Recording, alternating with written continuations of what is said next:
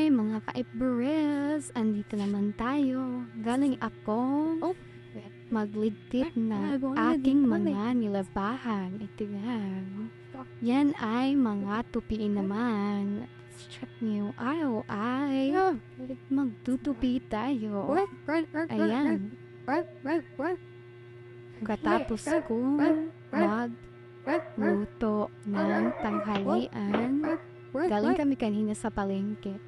At yan, kinuha ko na yung mga aking nilabahan. At yan, tutupiin ko naman. Natambak yan, ang dami.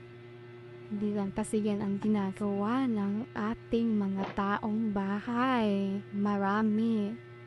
Super dami. Ang sabi nila, napakasimple daw ng yung buhay.